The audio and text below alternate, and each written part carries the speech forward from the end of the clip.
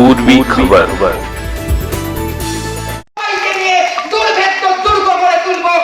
লোকসভা ভোটের সামনে, কারণ এটা আমাদের সামনে অন্যতম সুযোগ, যার মধ্যে দিয়ে তৃণমূলকে, যার মধ্যে দিয়ে বিজেপি আরএসএস কে আমরা সরাতে পারি, তৃণমূলকে শিক্ষা দিতে পারি। তাই মহিলারা, আমরা ভারত গণতান্ত্রিক মহিলা সমিতি, যে 1943 সাল থেকে বঙ্গীয় মহিলা প্রাদেশিক আত্মরক্ষা সমিতির মধ্যে দিয়ে তারও আগের থেকে লড়াই করছে, আর এইখানে এসে পৌঁছেছি আমরা। আরো সামনে আমরা যেতে চাই, আরো সামনে এগোতে চাই, লড়াই নিয়ে এগোতে চাই, সকলকে সাথে নিয়ে এগোতে চাই, বিজেপি আরএসএস কে হাঁটিয়ে এগোতে চাই, তৃণমূলকে হাঁটিয়ে এগোতে চাই। হর তখ্ত বদল যাएंगे, হর তজ উছল যাएंगे, আর আমরা সবাই যাব, সামনে এগোবো। শুধু আপনাদের উদ্দেশ্যে কথা, শত্রুদের উদ্দেশ্যে কথা, বিজেপি আরএসএস তৃণমূলের উদ্দেশ্যে কথা।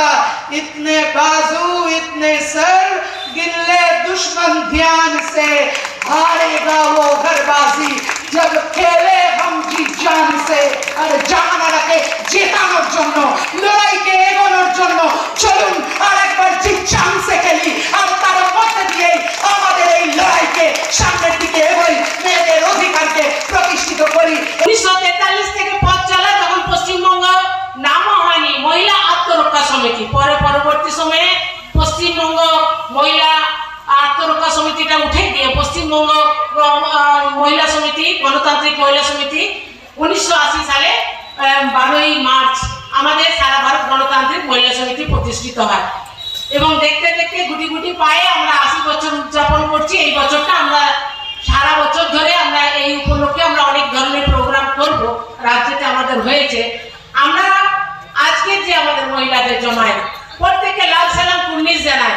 অনেকেই বলছে নাকি আমাদের মহিলারা নাকি ওই 1000 টাকা 1200 টাকার জন্য নাকি মিটিং এ আসতে চাইছে না। যারা নিন্দুক করে এই ধরনের কথা বলে তাদেরকে আমি বলি, এসে দেখে যান, এখানে কোনো 1000 টাকা 1200 টাকার জন্য মহিলারা আসেনি, বিরিয়ানির প্যাকেটের জন্য আসেনি, কোনো লোভ প্রলোভনের মধ্যে আসেনি। এসেছে নীতি আদর্শকে সামনে রেখে বিজেপি গভর্নমেন্ট যেভাবে মহিলাদের উপর একের পর এক আক্রমণ নামিয়ে নিয়ে আসছে, গোটা দেশটাকে বিক্রি করে দিচ্ছে, মহিলাদের কোনো আত্মসম্মান আত্মমর্যাদা থাকছে না। তার সঙ্গে সঙ্গে আমাদের রাজ্যের যে নেত্রী আছেন, 2011 পরিবর্তনের পর যে সরকার এসেছে, সেই পার্ক স্ট্রিট থেকে মহিলা নির্যাতন ধর্ষিতা শুরু হয়েছিল। আজও পর্যন্ত এমনও কোনো জেলা আমরা খুঁজে পাবো না যে জেলাতে महिलारा को धर्षित होने निर्यातित होने। इसका मेंबर होकर के अपने आप को गर्व महसूस होता है। हम सबसे आवेदन है जे आप लोग बिना डर के, बिना हिचकिचा के, हम आप सब कोई मिल करके बीजेपी सरकार और साथ में टीएमसी का सरकार, ये दोनों सरकार को जब तक नहीं हटाएंगे, हमारा बेरोजगारी का मसला कभी समाप्त नहीं होगा। नहीं महिला लोग को आत्मसम्मान आत्ममर्यादा में वापस आएगा, नहीं हमारा नौकरी मिलेगा, कुछ भी नहीं मिलेगा।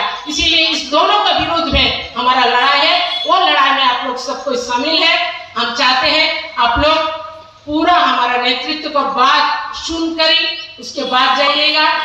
শহীদের রক্ত সব ছিল, তার মধ্যে দিয়ে আর আজকে যখন আমরা এখানে এসেছি তখনও আমরা দেখছি আমাদের সামনে একদিকে বিজেপি আরএসএস আর অন্যদিকে তৃণমূল, তারা উভয়েই মেয়েদেরকে নিচুর দিকে নামিয়ে দিতে চাইছেন।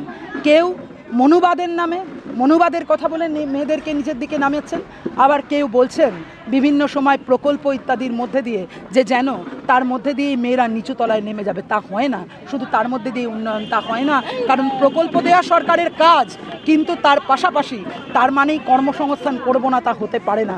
প্রকল্প সরকারকে দিতে হবে, বামপন্থীরাও দিয়েছে, আবারও আসলে আবারও দেবে, আরও বেশি দেবে, কিন্তু সাথে সাথে কর্মসংস্থান, সাথে সাথে আত্মমর্যাদা, সাথে সাথে সামাজিক রাজনৈতিক অর্থনৈতিক মুক্তির জন্য আমাদের লড়াই চলবে। তাই লোকসভা নির্বাচনে বিজেপি আরএসএস এবং তৃণমূলকে আমরা পরাস্ত করতে চাই। আর এই আসানসোলে আমরা বামপন্থীদের সমর্থন করি। আসানসোলে আমাদের সিপিআইএমের ক্যান্ডিডেট জাহানারা খানকে কাস্তে হাতুড়ি তারা চিহ্নে ভোট দিয়ে যাতে জয়যুক্ত করেন মানুষ, সে আবেদন আমরা জানাতে এসেছি। রাজ্য জুড়ে যেভাবে মানে ভোটের সময় যে রকম সন্ত্রাস ছাপ্পা সেটা কিভাবে দেখুন, প্রতিরোধ করতে হবে বুথে দাঁড়িয়ে, সেটা আমরাও বুঝি। বুথে দাঁড়িয়ে প্রতিরোধ করতে হবে।